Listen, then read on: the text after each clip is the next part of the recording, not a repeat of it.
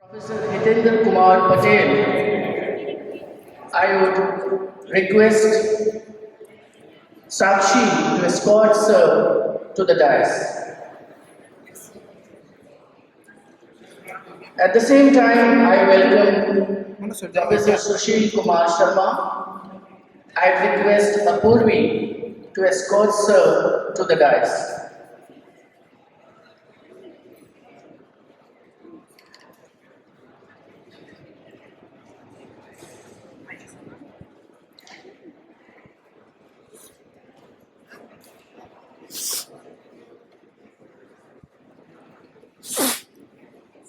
Thank you, sir.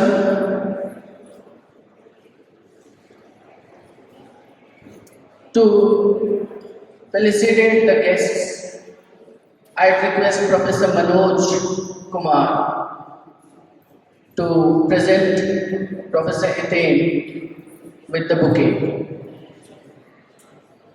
I request Anshu to help Professor Manoj.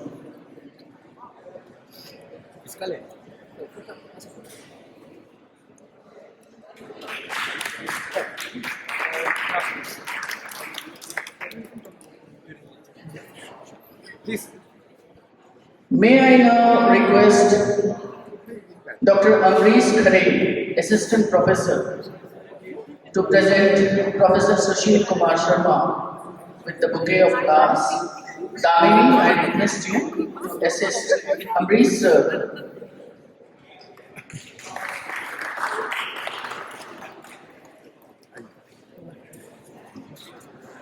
Thank you, sir. We welcome you. It is a matter of privilege and honor to have with us this afternoon two luminaries, two excellencies, two erudites in their own respective fields. Surely this will be a journey of wonderful knowledge. The guest today, we have Professor Hitendra Kumar Patel. Sir teaches at Rabindra Bharati University, Kolkata in the Department of History. He has his doctorate from Jawaharlal Nehru University, Delhi, and Sir's range of interests center on the intellectual, social and political history of colonial and post-colonial India. He has worked on the history of communal divide, Hindu nationalism, political mobilization during the Gandhian phase, peasant movements and leaders, representations of icons and events in literature. Also, he has special work on the First War of Indian Independence, 1857, other revolutionary movements and related themes. Professor Patel has also worked on Gandhi, Dalit history, Hindustanis of Calcutta, popular Hindi movies, socialist leaders, and the tribal history. His major publications include Communalism and the Intelligentsia in Bihar, 1870 to 1930, Khudiram Bose, Revolutionary Extraordinaire. The Hindi edition of this book is Khudiram Bose, एक अप्रतिम क्रांतिकारी। 1857 भारत का पहला मुक्ति संघर्ष। He has contributed to more than 50 research articles in Hindi, English, and Bengali. Sir is also a Hindi novelist. 2 novels published, Karel and Chirkut, and an eminent literary critic. Recently, he has edited Shabd Karma Vimarsh, a literary magazine. And the list goes on and on. And so, it is great to have you here, sir. We have our chairperson, Professor Susheel Kumar Sharma, who is associated with Department of English and Modern European Languages, University of Allahabad. Sir is one of the luminaries and top academicians in the country today. So it's a privilege and honor to have these two scholars with us on the dais today. Let's begin with this wonderful journey. Thank you, sir, once again, and I think the platform is all yours now. Thank you. Thank you, Dr. Amarnath. The guests have already been introduced. I'm deliberately using a plural, yes, despite the fact that I belong to the department. And I understand Professor Patel also belongs to the department in one way because he keeps on frequenting Ilhabads quite often. And much of his work and his critical insights, despite the fact that he has been an alumnus of Jabalpur and JNU, the two universities that were in the limelight, perhaps for the wrong reasons, in the recent history.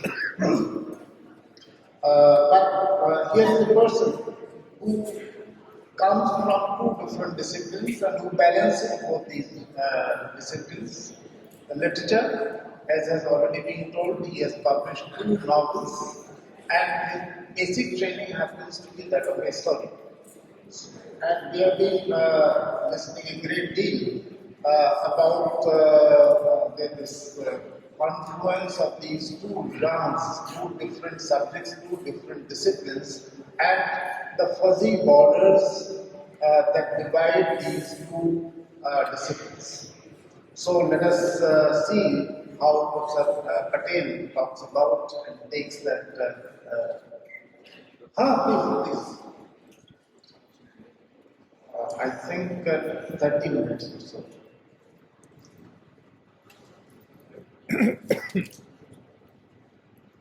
Kindly give him a big hand.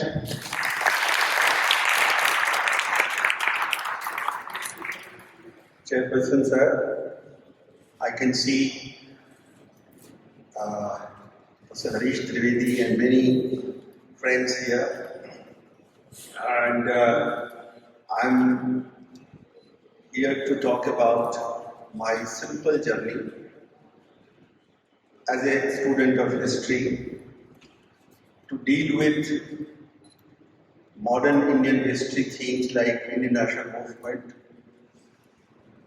I have been very uncomfortable with my kind of understanding of Indian national movement, and for many decades, at least I can trace back to the days when I was an undergraduate in Calcutta.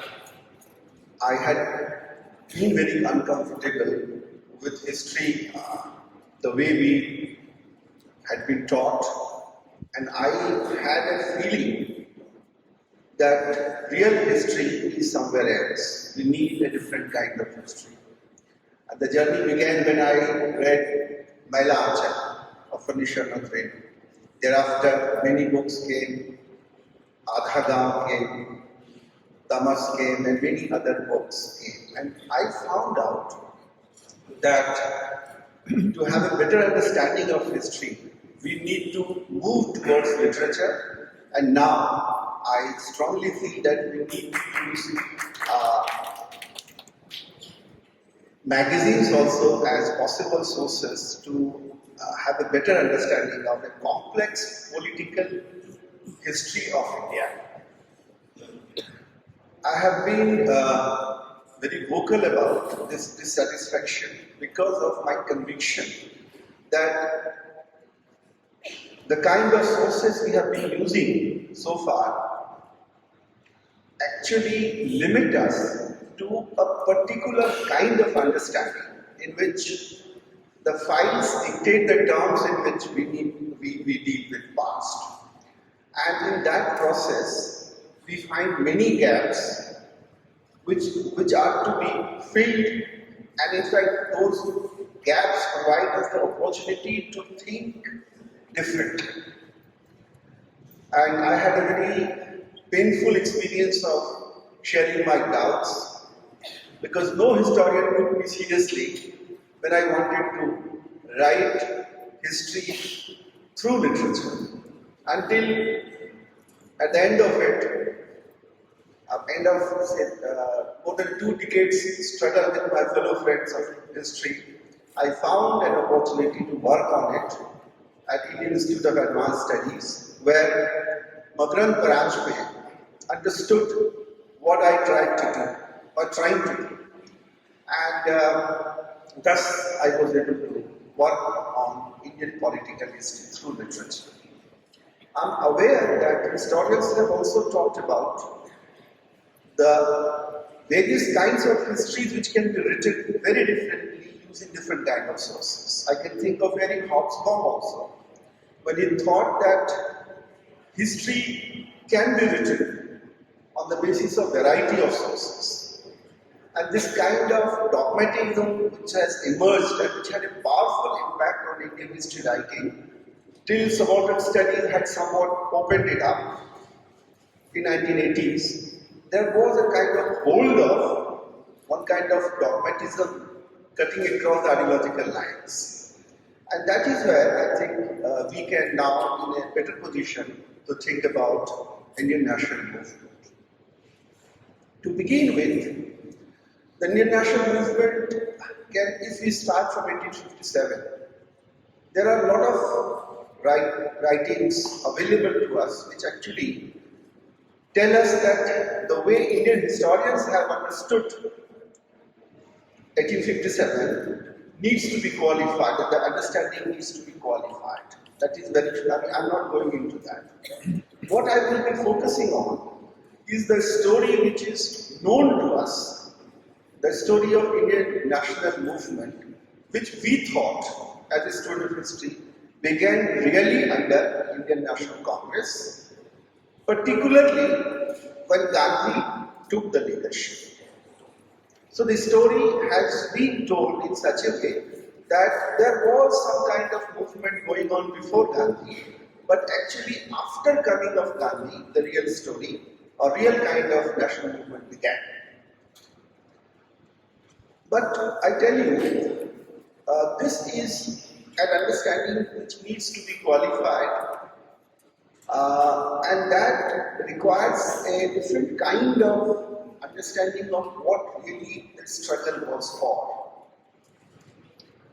Gandhi came to India in 1915 as a leader, but before he came to India, he was given the status by some forces, some people of great eminence in India. And I think there is a politics behind it. A lot of people were talking about his great achievements in South Africa, in his struggle, and the status of Mahatma was given to him before he actually took over the leadership. And I think there is a politics behind that. Then he took his time. He said few things which actually did not, was not in circulation. He said some radical things. Many people would remember his intervention in Banaras when he came and he gave a speech which was radically different from the speeches Indian leaders had been giving there. And Besant felt very uncomfortable. She left the hall, and many other things had happened. But what I'm trying to underline is that Gandhi's coming to Indian politics needs to be understood very carefully. Why he was given that kind of a status in India by some people like Gokhale, Shraddhananda, Rabindranath Tagore and others. This is a question which I am not going to answer today because that requires at least 10-15 minutes time and I do not have that much time. But I think there was a politics behind that. After Gandhi came, he did not become the leader. He became leader in between December 19 and December 20. And that process has to be probed how Gandhi could become the leader. And I think there is a process which has not been examined properly by historians, except those historians who actually wanted to see Gandhi in such a way as if he was a person who was supported by certain forces in India, and it was basically to belittle Gandhi phenomena. I can think of some historians like Judith Brown and others who wanted to see him as someone who was supported by a class of people. I do not dismiss that theory, that kind of understanding, but still I believe that that is only a very limited view, a negative exercise to understand that. What I am actually trying to draw your attention to is that in between 1919 and 1920 December, these two Decembers are very important. In 1 year's time, Gandhi's rise to power had something to do with a different kind of political environment which had been created in India. And this Khilafat movement, which is still not very clearly understood by students of history, why Khilafat movement became such a big force and how could it become possible for Gandhi to bring Hindus and Muslims together on an issue which was not properly understood by Congress and its followers. And I'll give you a striking example to underline the fact that Khilafat movement history has not been adequately explained to the students of history. That could be a dramatic kind of example, but I'll come to it later. The politics of Gandhi made some people very uncomfortable. And among those people were people like Shraddhanand, Madhaviya, and Annie Besant, and more importantly, Jinnah. Tilak, all these people become very uncomfortable. But their reasons for being uncomfortable are to be understood. We keep blaming Muhammad Ali Jinnah for various things. We keep blaming him. But if you read about his attempts to make Gandhi understand that the kind of forces he was relying on, these forces are not going to stay with him for long. Once the religious fervor will not be around, these people would go away. And he wrote those letters to Gandhi to explain to him that this mob is not going to remain with him. And here, I would say that Shraddhanand also needs to be given proper attention. Many people, many students should know that when Gandhi came to India, the two people who actually he relied most on, among the three people, I mean, Gokhale was very much there. Among other two people, he was relying on Shraddhanand and Tagore. And Shraddhanand supported him.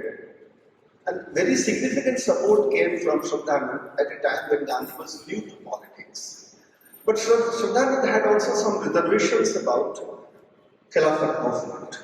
And Malvi also had some reservations. We have been very unjust to Shraddhanand and Malviya when we deal with this 1 year's crucial period. I have had the details of how in this 1 year time, Gandhi was able to become the leader of India at the organizational level at least because of two reasons. One was his radicalism and his promise that he is fighting for the independence and he would liberate India.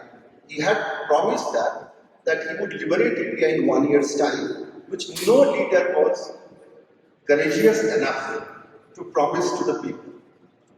And other was the significant presence of very vocal Muslim presence in Congress meetings. If you go into the details of how this mob created such pressure on Tilak, Chittaranjan Das and other leaders, you will find that this vocal presence of Muslim leaders, Muslim powerful contingent, had a powerful impact at that time.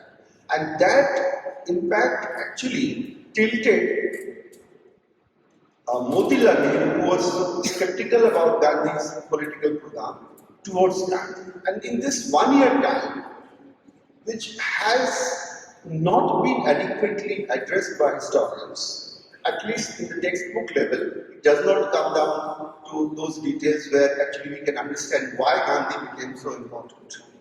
We always refer to Champaran, we always refer to his appeal to people because he started looking like common people, he started wearing clothes and all kind of symbolism got involved in it.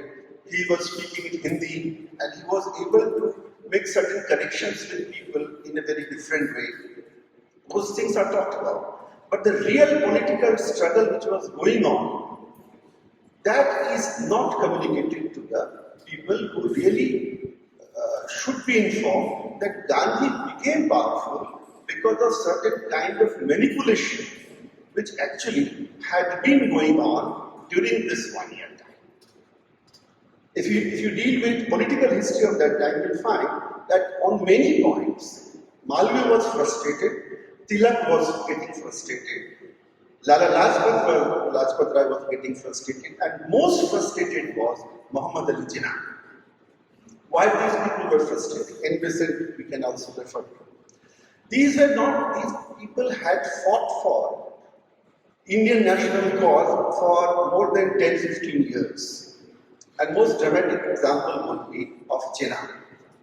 Jinnah was associated with Congress as a person who was trying to work among the Muslims to keep them with Congress. And he was in certain way a kind of person who was actually close to Congress.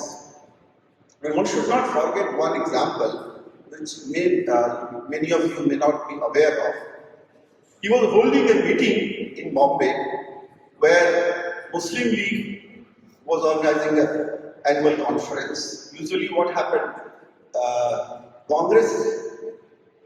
Congress organization meetings were followed by Hindu Mahasabha meetings and Muslim League meetings also. So those meetings were something in which Congress, Muslim League and Hindu Mahasabha people collectively thought of Indian cause. And in one of those meetings of Muslim League in Mumbai, Muslims boycotted Jinnah, and a powerful leader of Muslims in Mumbai, he actually tried to prevent Jinnah.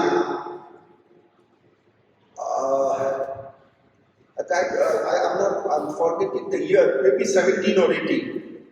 They tried to prevent Jinnah. He was unable to hold the meeting, and the charges which were leveled against Jinnah was that how can he represent Muslims? He is not Muslim. He is the agent of Hindus. He is the agent of Congress. He is not our man. He is not our man. So ultimately, Jinnah had to rely on his contacts, and he was helped by English. The meetings the proceedings were emailed in English. The people who were trying to prevent the meeting, tried to make everything possible. Even they were entering into the hall and shouting against Jinnah. They wanted the meeting to stop there. But because everything was done in English, most of them did not understand. In fact, all of them did not understand. And when the news was reported in Urdu next day, then they came to know that these people were speaking very dangerous things. And thereafter, Jinnah was abused like anything. So this is the situation. So Jinnah was not actually, at that time, the person who was representing the fundamental section of the Muslims. Now I come to Amritsar session, where actually this transfer of political power actually happened. 1919 December. At that time, Gandhi was offered the leadership and Gandhi was hesitant. He wanted the approval of two people, Malviya and surprisingly Jinnah. Unless Jinnah said, without Jinnah saying to him that yes, you take over the power, you take the leadership, he was not willing to accept the leadership. So on that occasion, Jinnah referred to him as Mahatma and then Gandhi took the leadership. This is very interesting. Now, what were the objections which were there raised by those leaders who actually belonged to earlier era, Tilak era? Those objections were that the Muslims are coming with Hindus under Congress, with Congress, but they are not giving enough evidences to suggest that they will remain with Congress after the religious cause is over or religious demands are met. These are the objections. These are the objections raised by all the leaders, including Sundarnand and Marg and others. And what happened? What actually happened? I'm afraid to say that those reservations were justified in some ways. What actually happened? You will be noticing that once the Khilafat movement's fervor is gone down, riots began in India. Why these riots began? And that has to be analyzed. All these stories were not actually coming to my mind, or I was not thinking along those lines, because I thought that what historians have told us should be correct. We should accept those things. But in one of the novels, I found one character saying that, have you heard Muhammad Ali?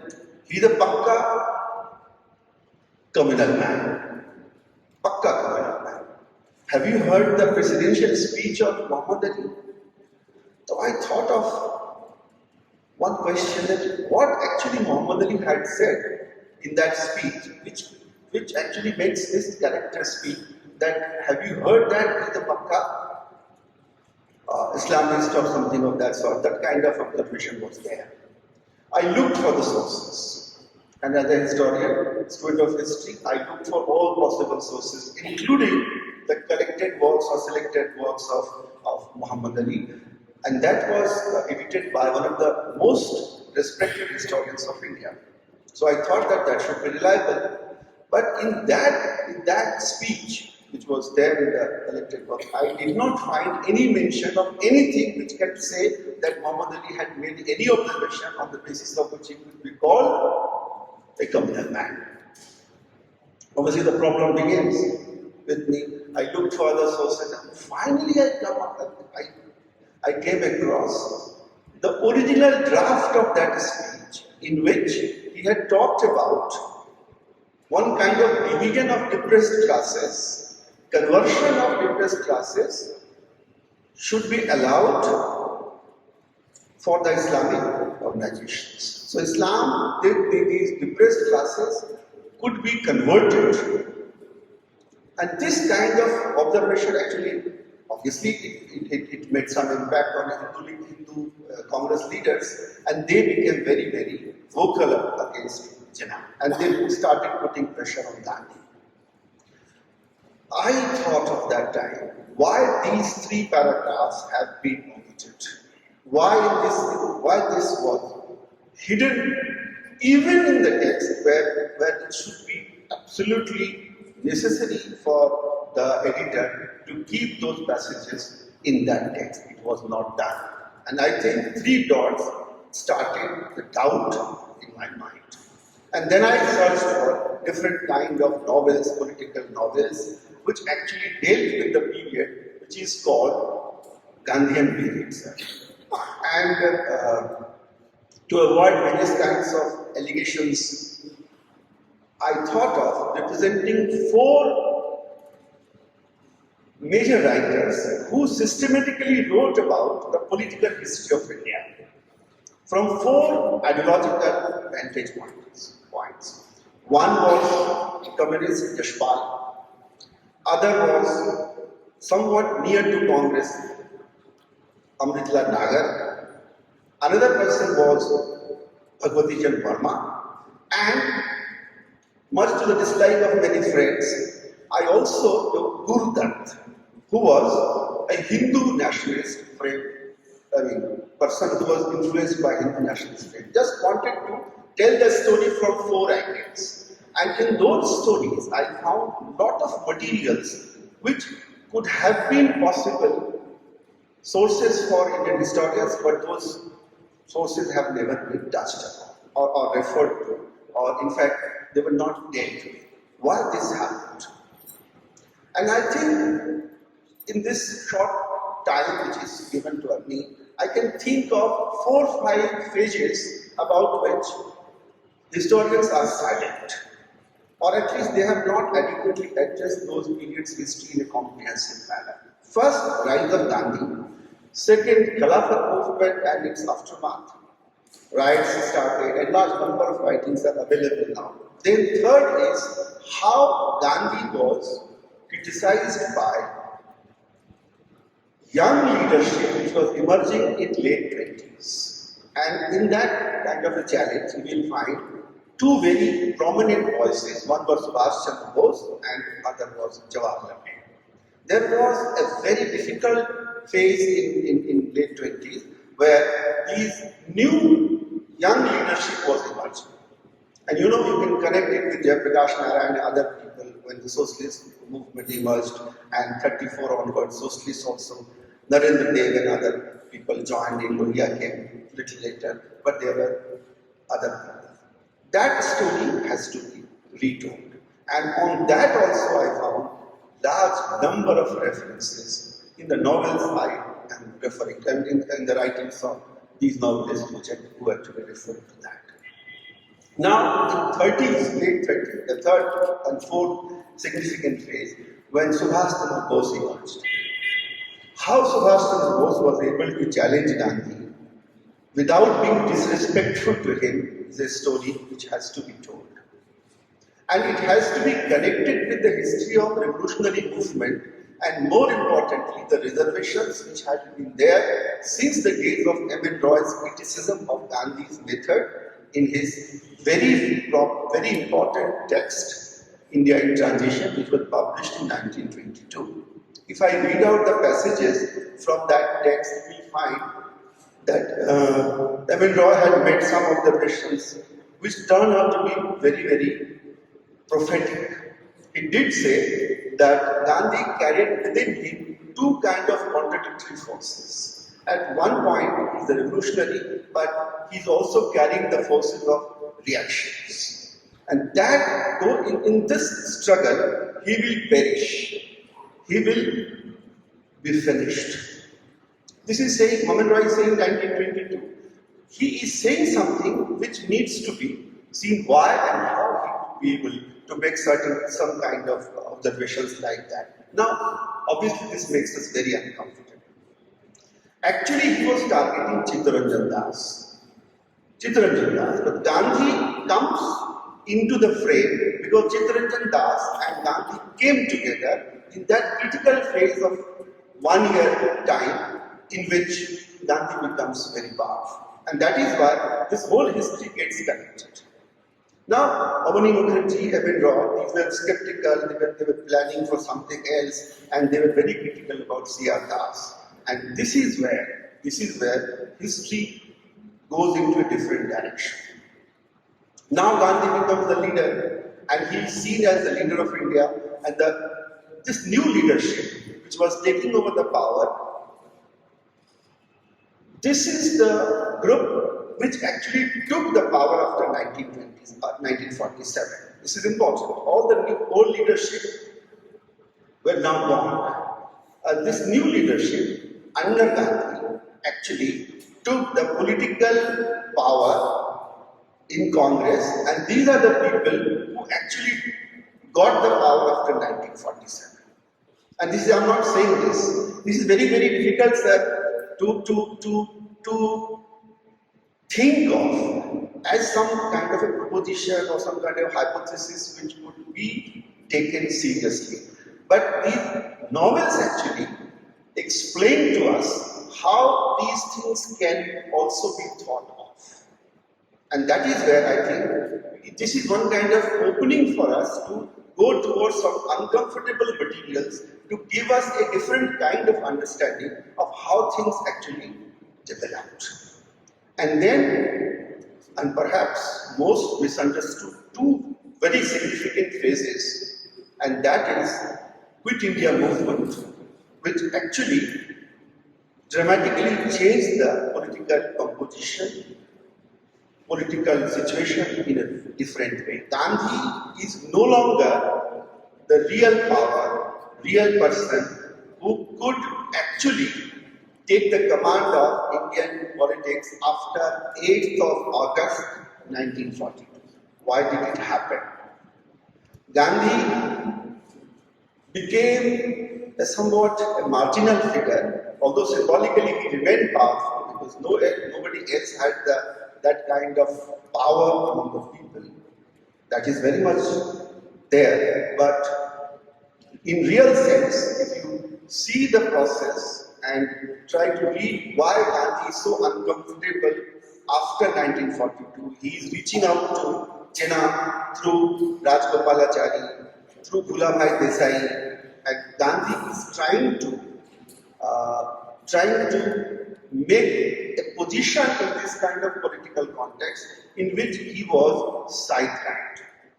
Gandhi's sidelining in the politics of India is something we are very uncomfortable with.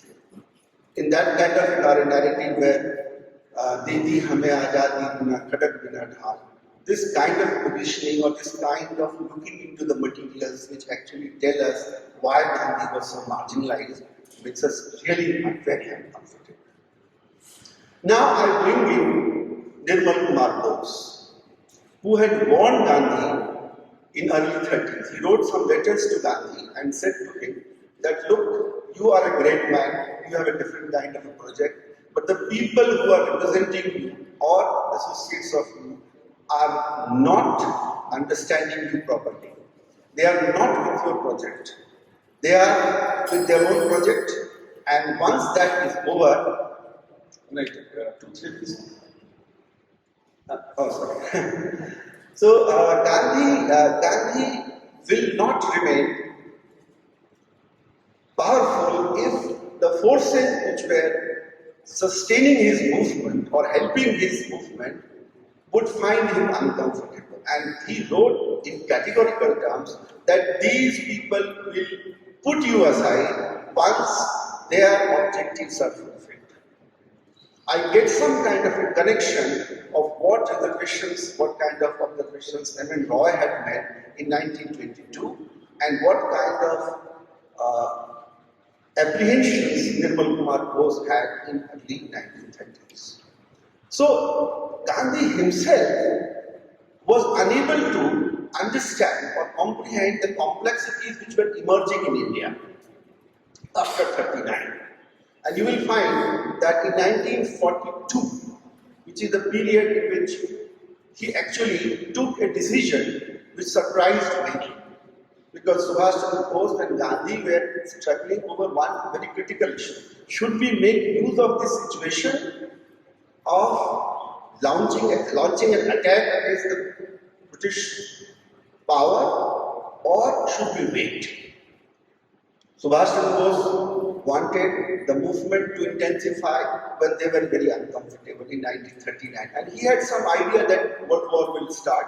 So he was right in certain ways to take this position as an advantageous position to strike the opponent at a time when they were most vulnerable. But Gandhi took this decision of starting the movement in 1942. By that time, more or less it was clear that Japan and Germany are not going to win the war. But in 1939, it was not very clear. In fact, there are reports which suggest that there was some kind of difference of opinion about who actually will win the war. And here again, another novelist, Yashpal helps us a lot. Meri Teri Uski Baat is a novel which needs to be read very carefully. Here, M.N. Roy is a significant presence, and M.N. Roy's people are given much space in Yashpal's this very important novel, which he wrote in 1970s, but it was in making for quite some time. Meri Teri Uski Baat, it was published 74, if I am not wrong, or in 70s, for which he was given Sahitya Academy Award. But last but not the least, how India became independent. That process, 1945 onwards, 1946 onwards, there was a process which needs to be probed further. You will find that Indian leaders stopped writing after 1940s. Why? Most of the people wrote till 42, 43, 44, but not beyond that. Why? This is because this is a situation nobody had actually comprehended. They did not think that the forces which we are generating will go out of our hands. And that Jinnah, who had warned Gandhi in 1920, there are letters which are not available in India. I got the copies of those letters from a very old book which was published in 1945 from Karachi. And in those letters he categorically warned Gandhi that this mob force is not dependable force. Please do not rely on it. Politically, Jinnah was correct. And when this mob force switched from this side to that side, switched over, then everything went out of the Gandhi's hand.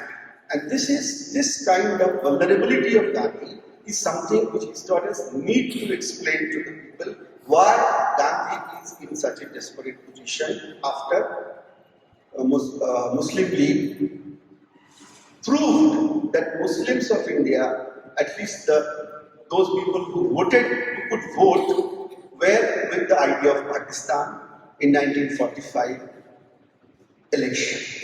And this is where I think we need to be very carefully look into the materials which are there in novels. Jhootha Sach is a novel, very big novel. Professor Harish Trivedi has been associated with his translation and he's written a very remarkable foreword. This is not that dog. Yeh hua subah nahi. And in that book, certain very uncomfortable zones are dealt with. Please remember that Yashpal is one person who had seen the revolutionary days of 20s, his disillusionment with revolutionary movement, his familiarity with the socialist options, and the troubles which were going on inside the Congress, and in 40s the various kind of possibilities. He was familiar with that. And then he writes Jhootha Sach in two parts. And many people say that in the first part he was somewhat communist, but in the second part he became pink. But there are reasons to believe that he was sincerely trying to make a point which made people uncomfortable. So much so, he became so critical of Nehru at that time that he was denied Sahitya Academy because of his anti-Nehru stand. And this is something which is not true, many people believe, because Bhagwati Chan Verma has written, who was the beneficiary of this. He wrote that I got it because of Dinkar's reservations and many other things are written. I am not saying that all these are correct, but I am suggesting that there were some kind of reservations about the views he expressed against Nehru. Riots detailing, and in which some points are there which Yashpal has also raised, in which he said that if the political leadership had been very clear about the plans about partition, how this should be done, then there should not have been that much bloodshed. He was saying in his book that we are being forced out of our watan to our desh, which has been created by politicians. For this bloodshed, the people who have decided to draw the line are to be blamed. This kind of understanding can be found in the novels, in various kinds of writings, in which the confusion of the people can be understood, can at least be explained, can be put on the table. But in history writings, these kind of confusions are not expressed. Why this is so? This is a question that can be answered only by going into the details of how Indian historians actually have dealt with the transfer of power. Why the historians of India had been so soft on critiquing the Congress leadership, which actually had many problems, genuine problems, not intentional always. We cannot doubt about the intentions of greats like Gandhi, Nehru, or any other great leader, Sardar Patel. But the thing is that politics was moving in a direction in which these kind of ideas which they actually followed could come across a kind of situation which was difficult for them to make sense of. And that is where I think these new questions and these kind of confusions must be addressed. Subhash Chandra Bose, partition rights, and thereafter how a new kind of establishment emerged after independence, which was content-wise the continuation of the elites of colonial period. And here I am again helped by Hobsbawm, who says that the people who actually came to power with the new establishment came from the families, he said 100 families, they came from those families which were the beneficiaries of colonial period system. This is observed by Hobsbawm, much to my surprise, but actually I could make sense of it once I read Bhagwati Chand Verma's Prashn or Marichika. Prashn or Marichika. He wrote another book, Bhule Visrachit, and then Prashn or Marichika. These are the books which actually gave us, at least in his own way, with his own limitations, he had certain other kind of biases, it could be possible. But still, he tells us the story of, and at least he raises some questions which actually make us rethink about these positions and these historical situations.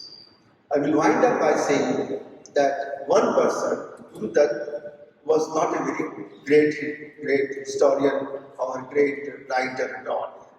But he did raise some questions. He described certain situations which need to be seen and understood. So I am suggesting here that through my own experiences that these novels should be read very, very carefully to find out some materials which actually can be worked on to understand why Indian political leadership was in such a situation where they were unable to, they were neither able to counter the forces which got generated, nor they could provide the solution. They just waited and watched. And millions of people suffered because of this utter confusion of leadership. And this is where I think the literatures, at least the political novelists, have something to offer. I deliberately avoided referring to the political writings which appeared in the magazines starting from Malaviya, Krishnakant Malaviya of Maryada days. I deliberately avoided talking about references from Madhuri, references from Chand, and many other journals. I deliberately avoided referring to Yashpal's edited Biplavi. I am not going into that. Even the political novels I am referring to, those novels, which actually give us a very systematic, at least periodically, one novel ends in 1920, another takes up the story from 1920 to 36, 36 to 42, 42 to 49. Like this, they have provided us various kinds of perspectives. We may not take those as facts, but at least they can give us a kind of understanding of the period where history is not coming with the honesty which is expected from historical accounts. There are gaps, and those gaps are proving difficult zones for historians these days. I'm not saying that what literatures wrote was history, but what I'm suggesting is that if we see the history of the national movement through the literature, we may open up the spaces for more dialogue, more discussion, and more questions about the complex subject such as political history of India, which needs multi-layered examinations of multi-layered political processes. It must not be dismissed, or it must not be left to only the historians whose biases we can talk about some other day. I can think of Nambar Singh, who actually, you must be aware of his name, great man. Some of the key ideas, and you would be surprised to know that some of the key ideas I have picked up from Nambar Singh's different writings as well. So my story is not at all going with certain kind of forces, revisiting exercise at all.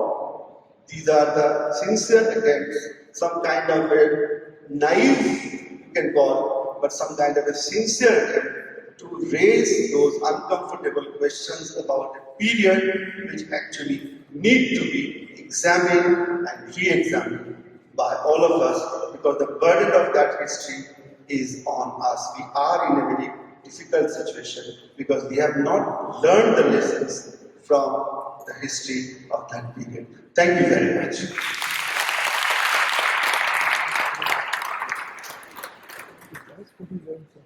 Thank you, Patel sir, for sticking to the time schedule for this meeting.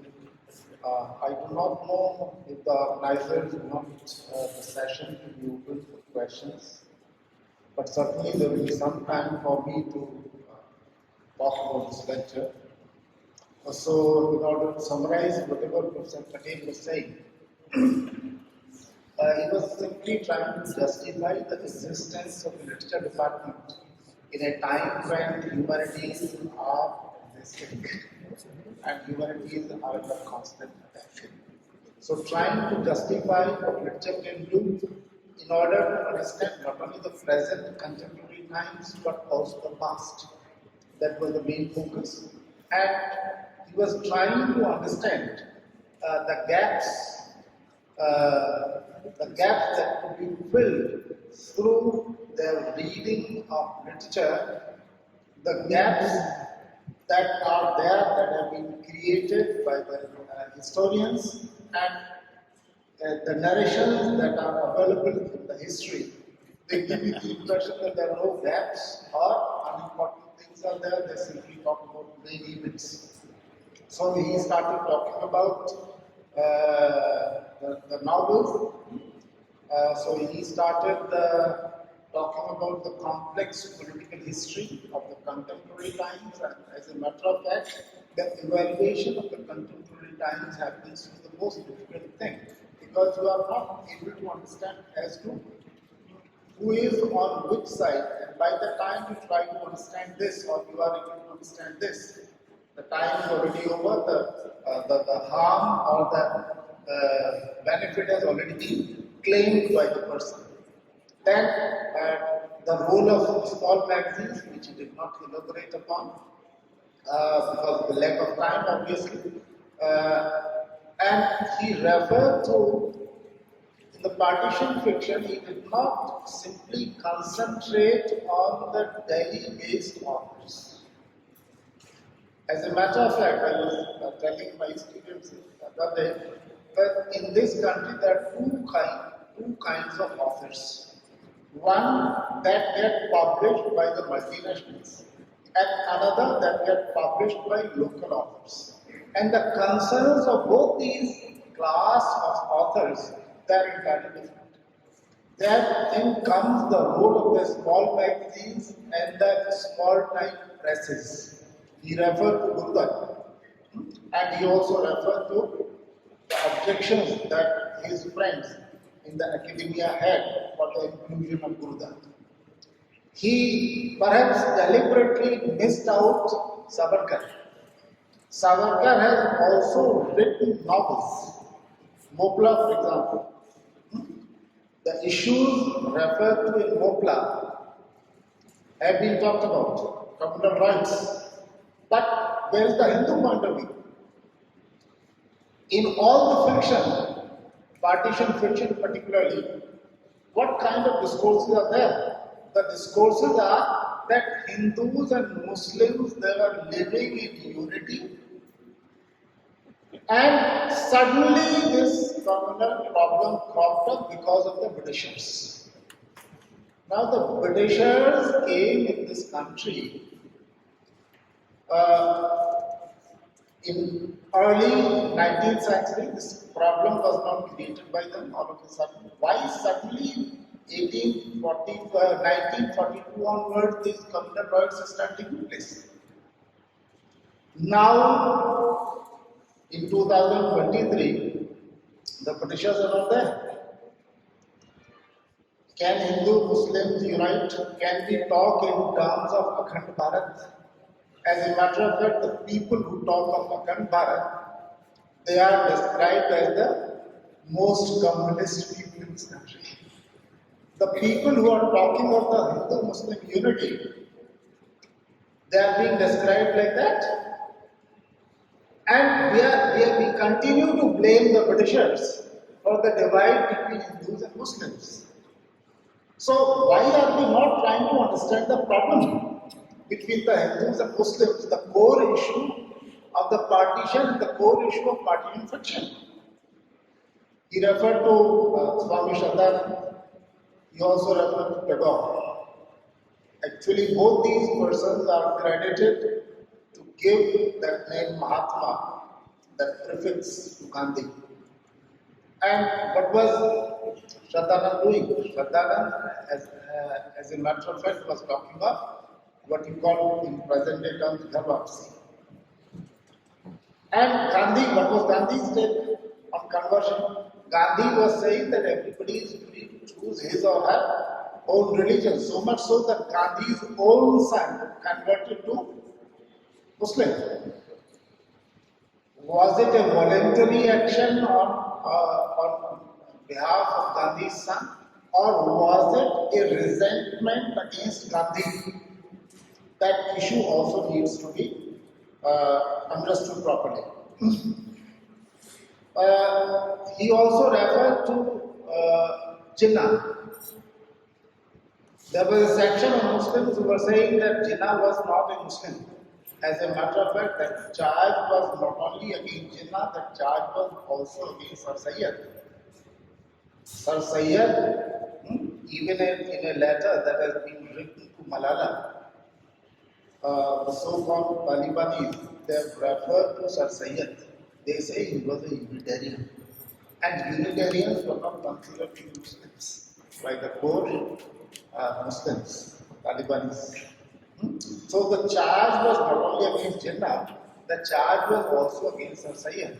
But the matter of fact that Sir Sayyid and his followers continued to stay in India while Jinnah migrated.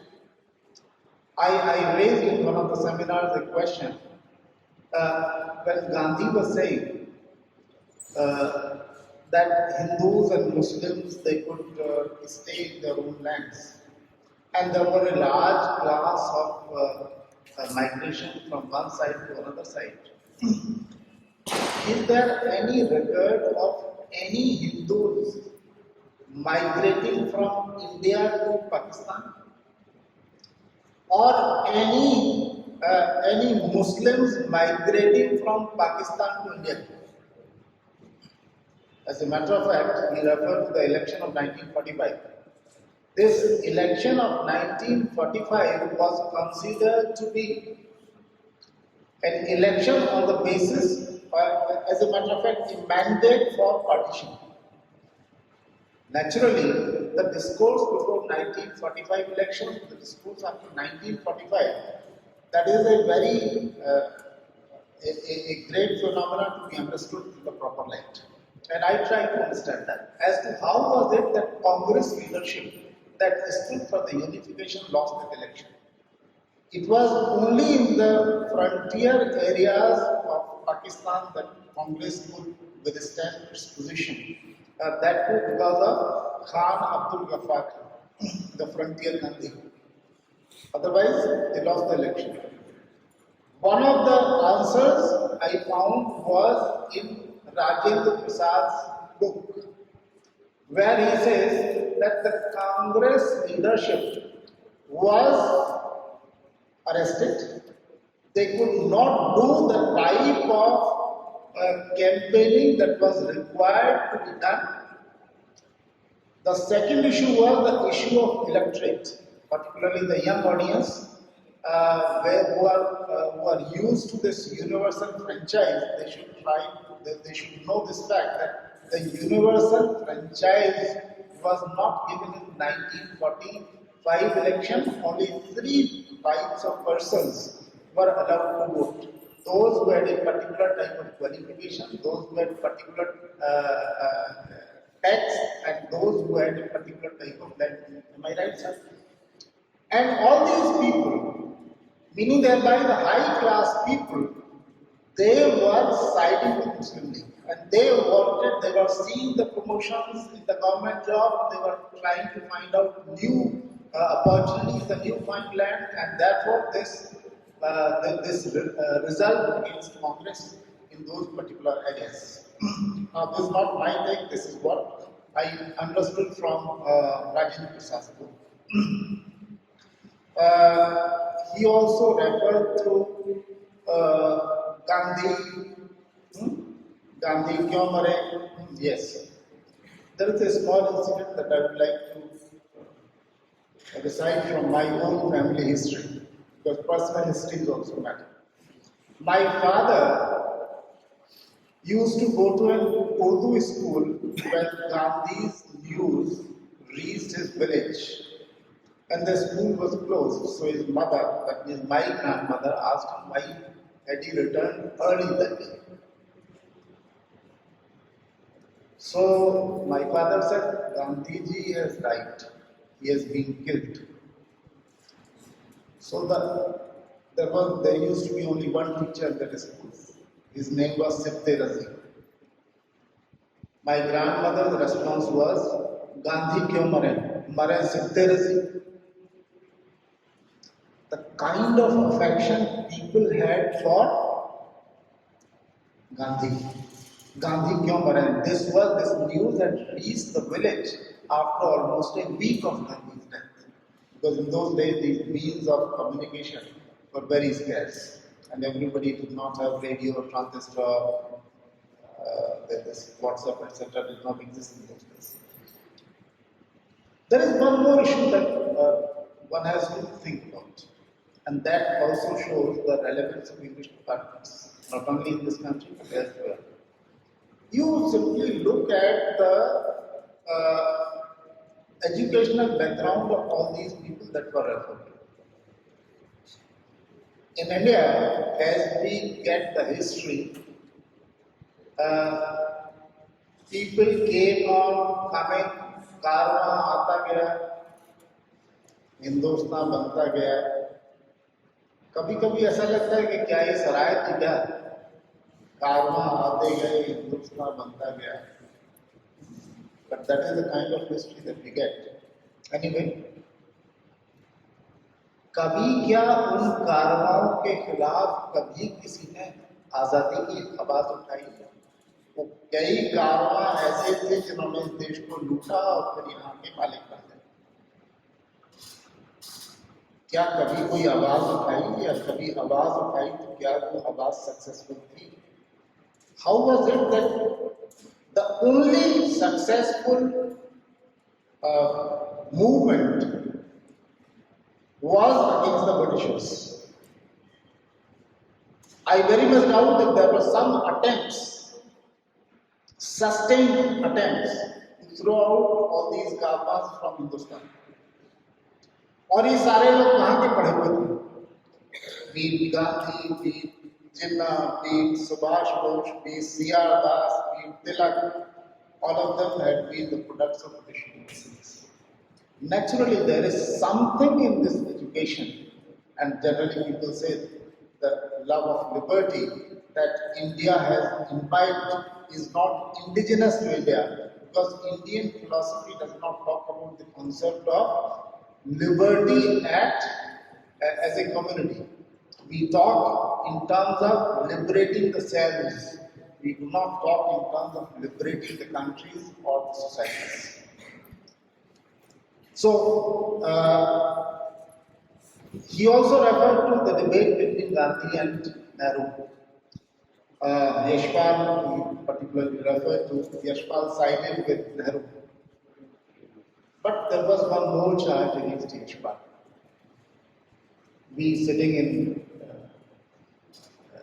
Allahabad, Prayagraj, not very far away from this park, Chandrasekhar Azad Park.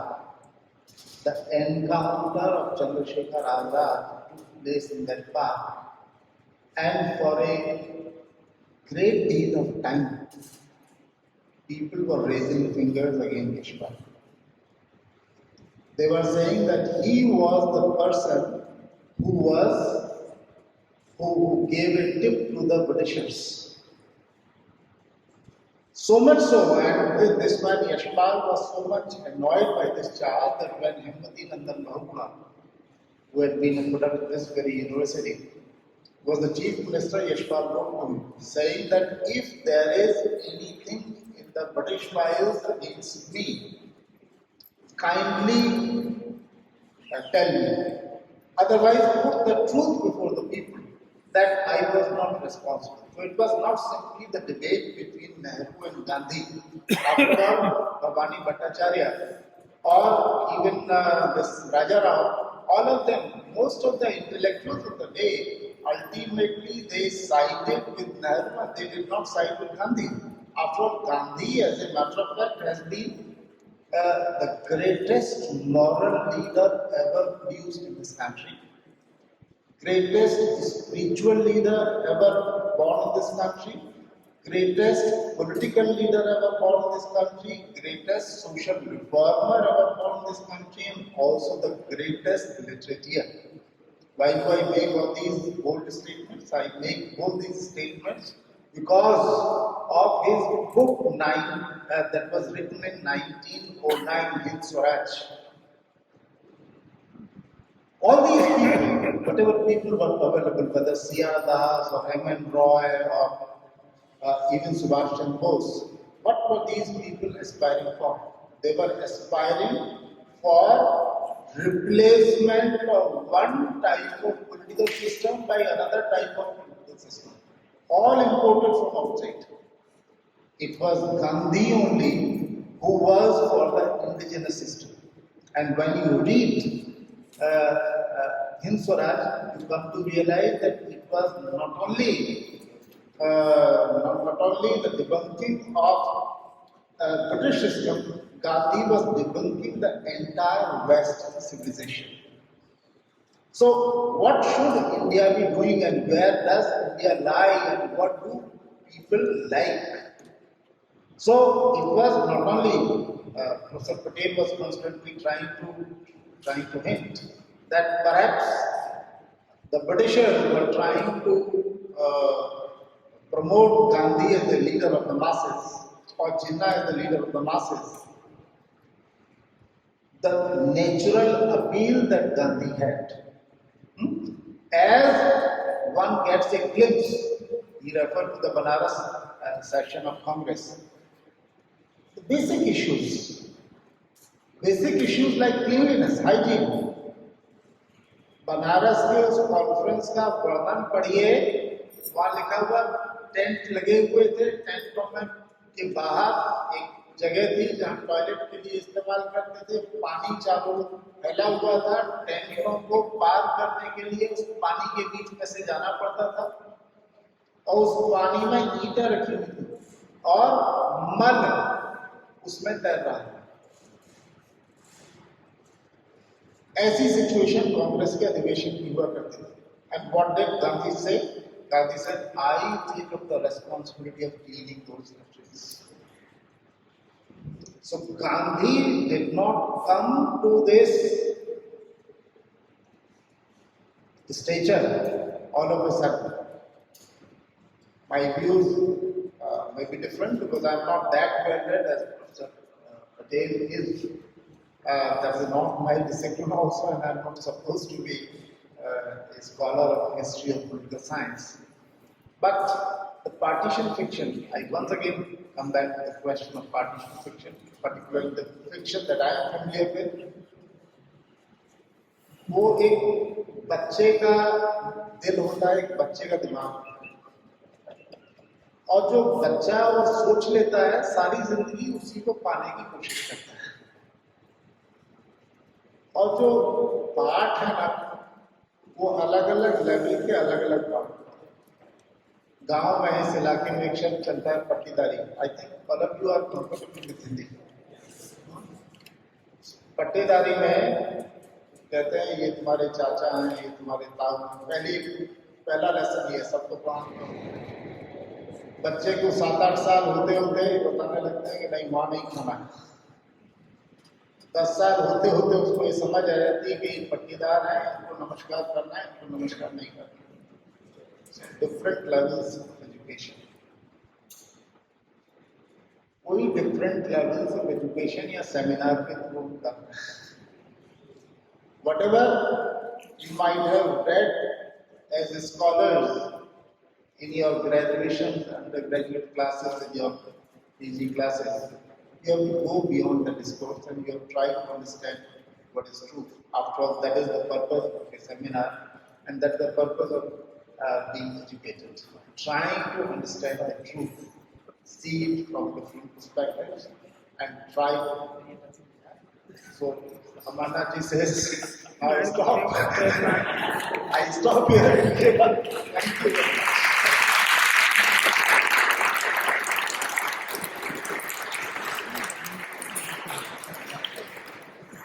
Thank you so much, sir. I think it was this session was of great revelation to us, the confluence of history and literature. And we as persons of literature, we should be able to find histories in the crevices of time. The whispers which are frozen, we should give them voice and sound. We saw a different kind of narrative given by two stalwarts in this field. Professor Patel told us about how the freedom struggle, unfolded, and what we read in books and what is the actual scenario. History is manipulated.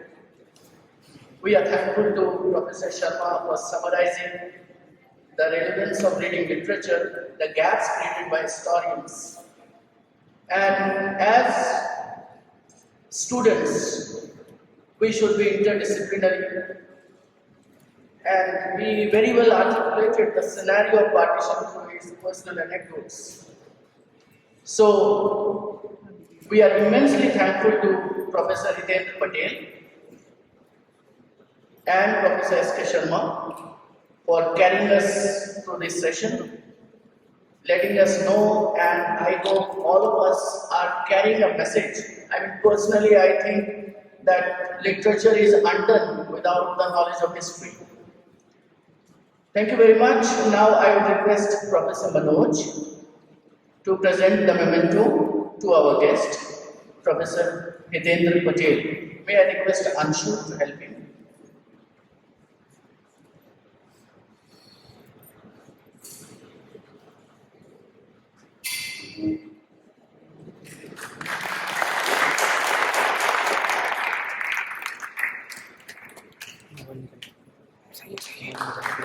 May I request Dipali to bring a kit for Professor Sharma? I request Professor Manoj once again.